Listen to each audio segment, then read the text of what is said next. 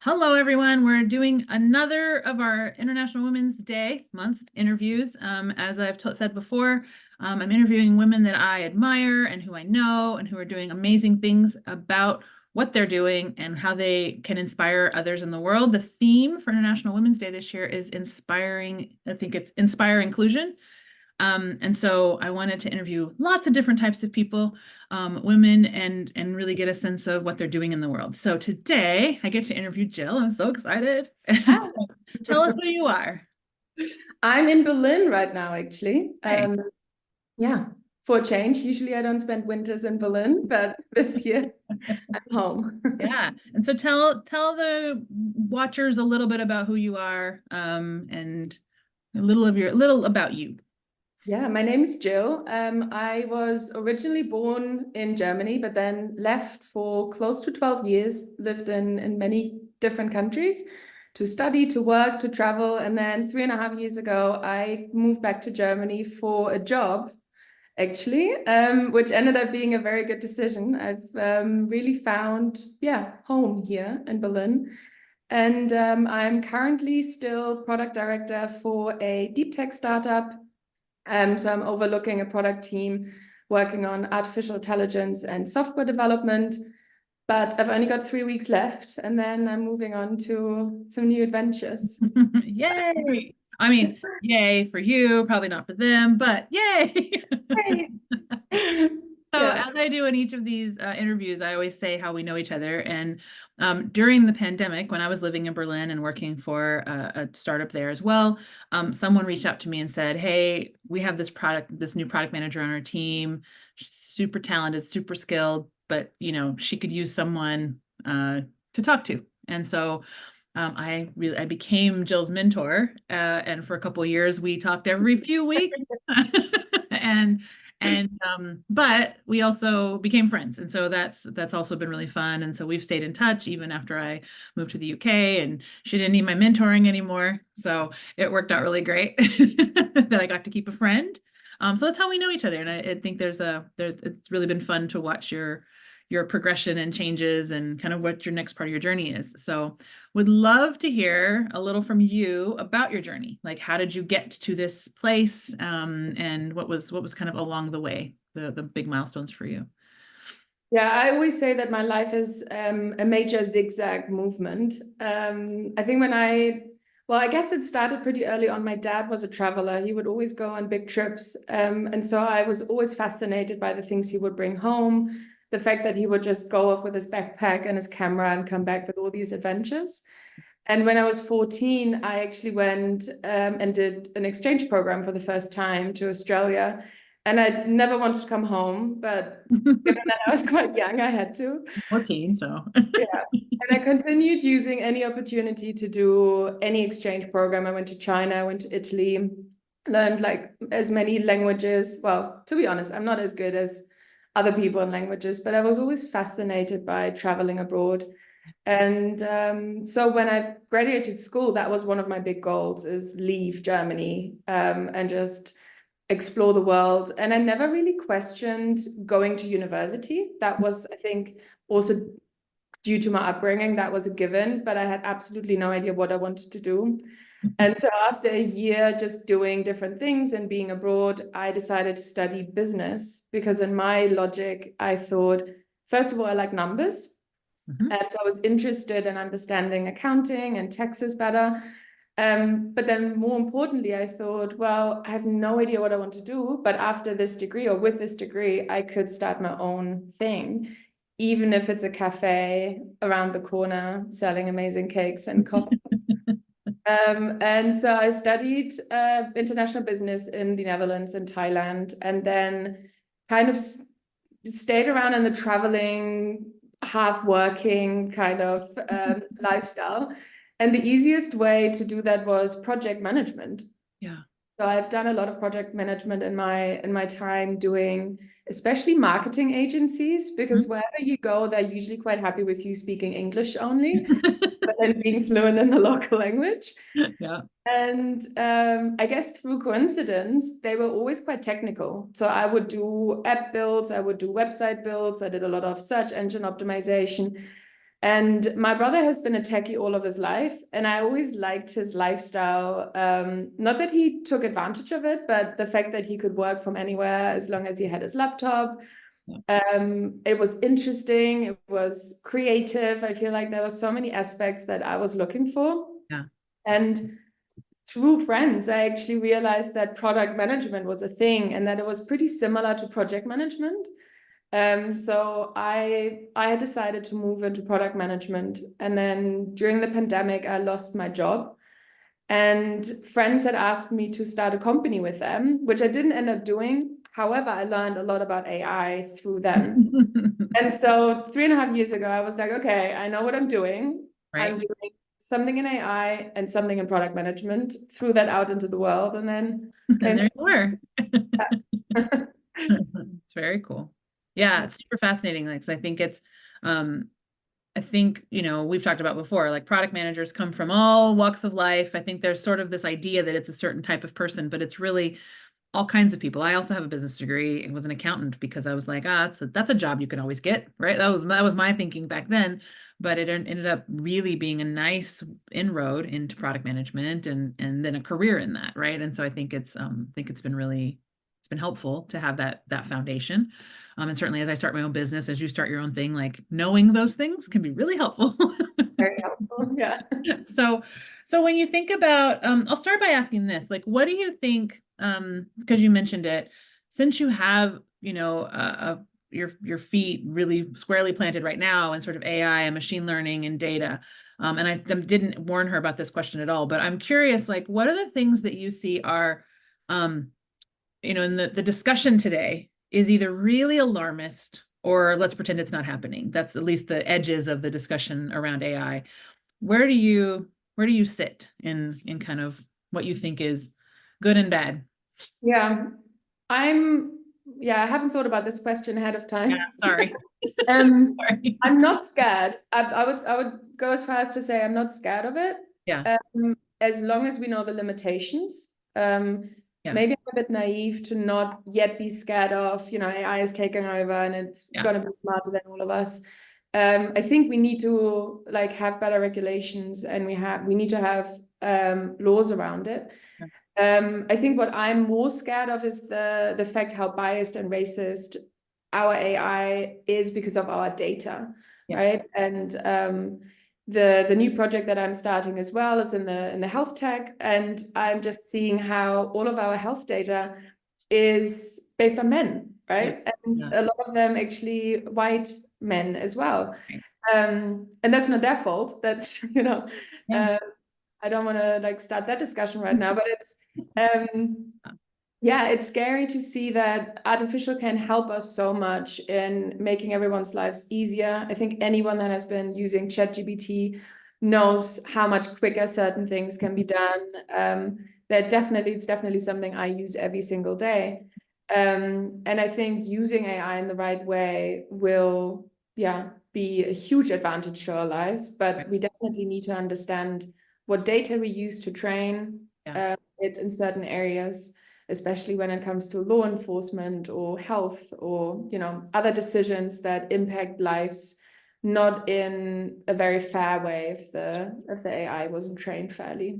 yeah, sure. And I think that makes total sense to me. I agree. I tend to not be, I keep telling people who ask me if I'm afraid of it or if I'm nervous about it. Like I say, like, listen, this is one of those things that we have to just be curious about. Like, yes, that they agree with you. There need to be some thoughtful regulation. We need to think about what the data is doing and saying, who's creating it, all of that. But it's here. And so now there's no turning back. I mean, it's like people in the Industrial Revolution being like, we decided we want to go back to horses. Well, that's not going to happen, right? So move on. You have to put your horse somewhere else, right? Because it's not going to be on the road. And so I think there's, it's a moment in time where we have to like be curious and wonder what's next, right? And for me, there's a little fun in that, even if there is a little like, I don't know what's going to happen, right? So but similar topic, but I think a little bit different. You know, in the tech industry in general, women make up about a quarter, roughly 15 to 25%. So sometimes it's closer to 50. Right now, I think it's closer to 15 because a lot of women have been laid off in a massive amount of In all these layoffs, women have been like 2/3 of the layoffs, even though we only made up a quarter of the population. So it's probably closer to 15% right now. But in tech, there's such a small number of women, and yet so many of the products we build are for women. Women are huge consumers. What do you think we're missing? What opportunities are we missing because women aren't as present in the products that we're building?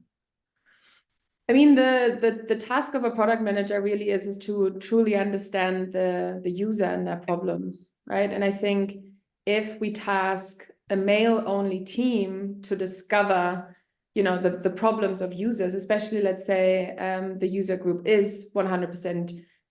female identifying, then they might not actually consider asking all of the important questions. Right. I had a very, very interesting conversation today, just before jumping on this call, actually, with a woman that had been advised to do something as part of her C-section, like just a treatment, and she was advised by men. And looking back, she said she would have never made that same decision again because theoretically, it was the right decision. It made sense. It made total sense. But from an emotional standpoint, doing that as part of her C-section was just too much. Mm-hmm. And she's a doctor, and so she's been advising women very differently going forward because she knows what it feels like. Mm-hmm. And so I don't think that we product managers have to be the exact same persona that we build solutions for. Right. But I think I see that in our company that I work in right now is having people from different backgrounds, and that doesn't have to just be gender, right? Right. We bring in different perspectives, we bring in our stories, we bring in experiences that make us think about it in multiple different ways. Yeah. And I think that's where it's so important to have, a more diverse team. Yeah, for sure. I mean, I saw that even working, as you know, when I worked in travel tech, right? My tech team, my engineers and product managers and designers were from all over the world. We spoke something like 28 languages on a team of 70 people, right? And I think we had 3 Germans. They were all Berliners, which I thought was fascinating, right? And we was in Berlin. I had 3 Berliners, no other Germans. So, but what was important for me at the time was I now had a pack of world travelers, right? To talk about travel. So when we were building for travel, we weren't only focused on the German consumer or the American consumer or the British consumer. We had people from all over the world who would say, well, that would never work here or there, or that would be a terrible experience in that particular locale. You're just like, say more about that. Why? Right. And so it gave us a broader perspective of travelers and even expats who had not only traveled, but lived in other places. And so I think it made such a difference in the product we built at the time. So I totally agree with that. Just to double up on that, I think what's so interesting in that, and I think that's also one of the reasons why we have only 15% or maybe 25% women, it's I can speak from experience. I've been lucky in this current job to work for a company that has been very supportive and is very interested in building a diverse workforce. They haven't necessarily been successful in it though, which has made me a minority in every single meeting, every single day, in every single conversation. What does that mean? It doesn't mean that I have been taken less seriously. Right. It doesn't mean that I've been or felt unwelcome. However, I had to adapt to the majority and their style of work or their reasoning or their logic. Right. So I would always have to be the one advocating for, my minority, quote Right. unquote, which is really hard work. And it has taken me so much energy. And I think in order to make it easier for people to bring in their different perspectives, Right. it's really important that we actually build this culture, right? Where it's always nice to say like, oh, we've got a minority from this and minority of that, but like, no, let's build a team where no one is a minority or a majority, so that everyone feels easy to contribute and bring your perspective in, right? Yeah, totally. I totally agree with that. I mean, as you know, like I was in product for 20 plus years, and in the early days, I was sometimes the only woman at a company.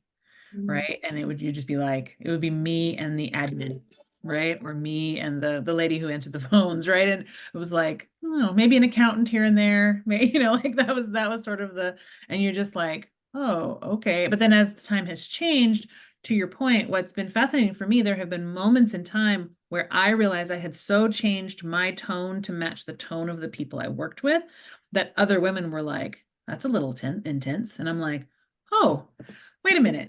I no longer am sounding like us. I'm sounding like them, however we're doing that. And I mean, even I remember working at Klarna and writing the job descriptions and a male colleague bringing me the job description and saying, this is really aggressive.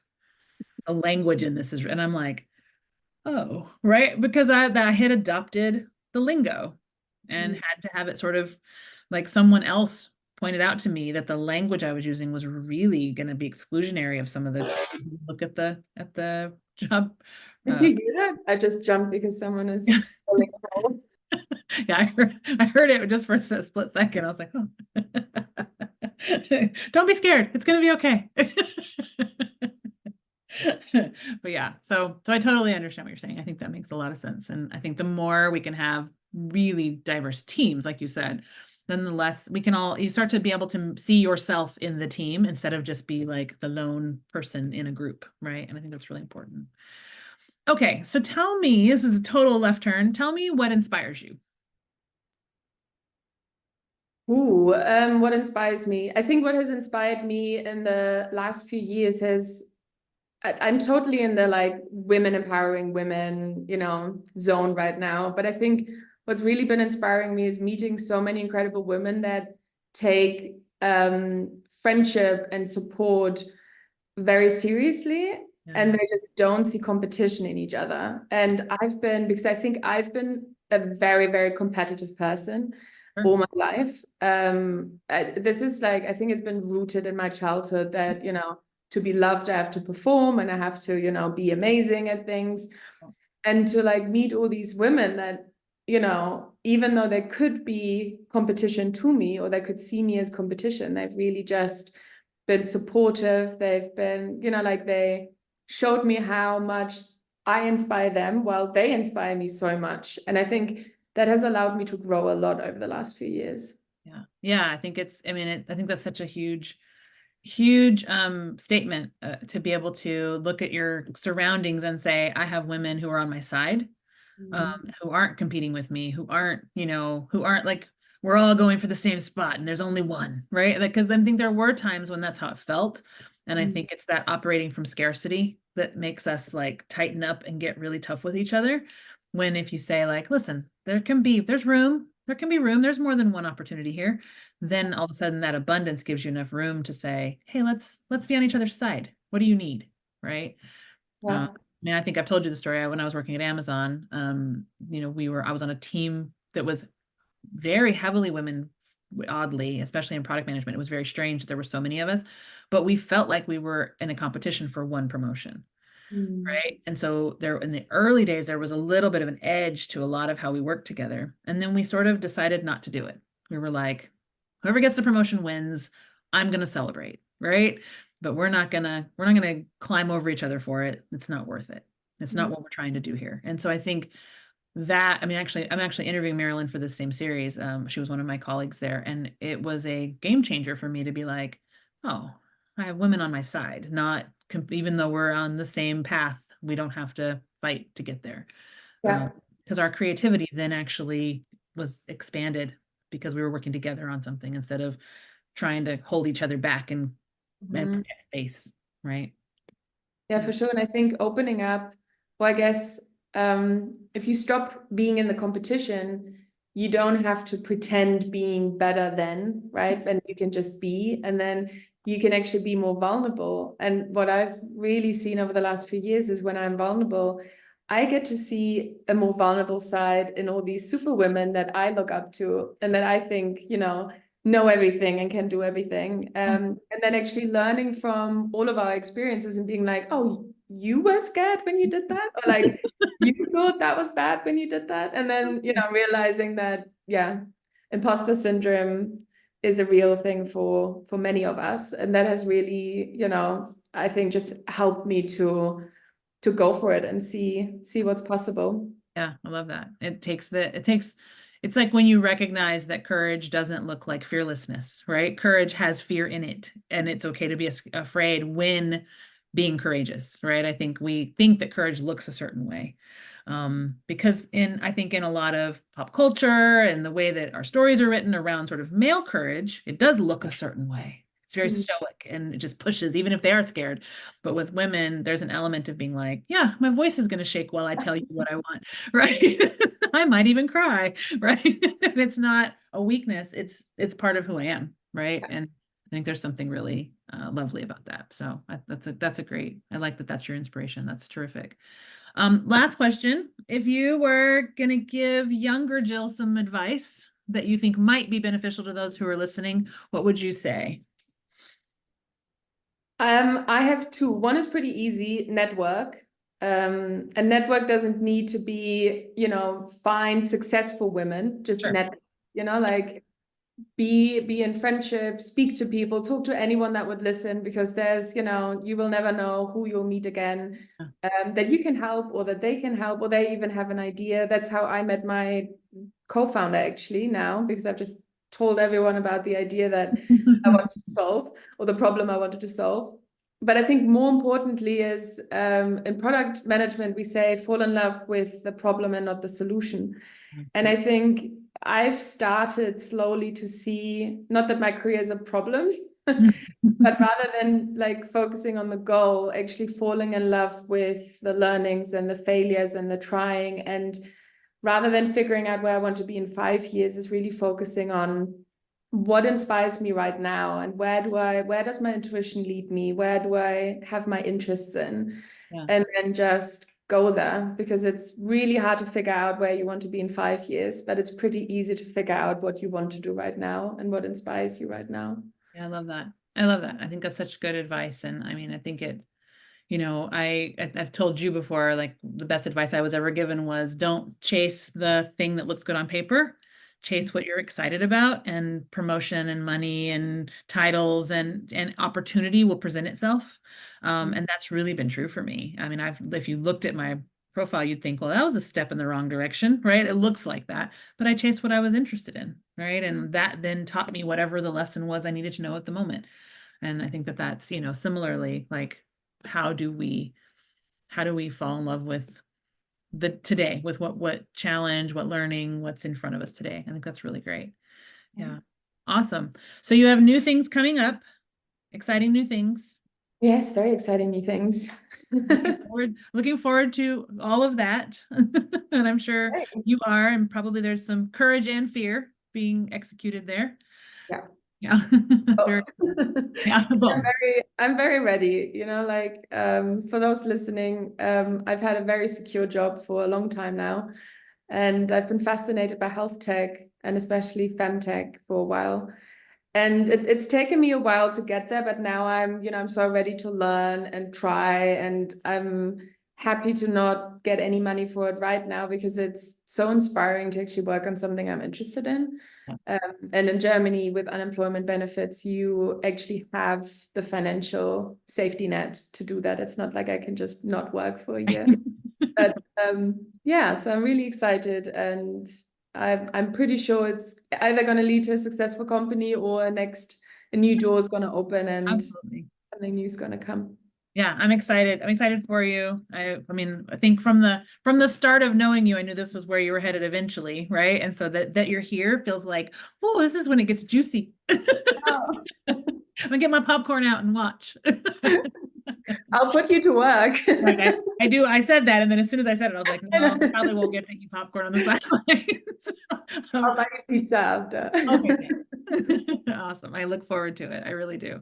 Well, Jill, thanks for chatting with me today and participating in International Women's Month with me. It's been really great to catch up with you and to hear your perspective and kind of where you're at and what's up next. It's super exciting. Thanks for having me. Of course. For those of you watching, there is a QR code in the corner where you can donate to the Malala Fund, and the Malala Fund helps make sure that women and girls in places where maybe education hasn't been the norm for them have an opportunity for that education, and in women and girls in other areas can get STEM education or opportunities that they're looking for to take the next leap in terms of what they want to do and the challenges they want to have. So if you would like to donate to the Malala Fund, please do. And at the end of this month, I will make sure that they get all of the money we pulled together. So thanks again, Jill, and I'll see everyone in the next video. Thank you. Bye, everyone.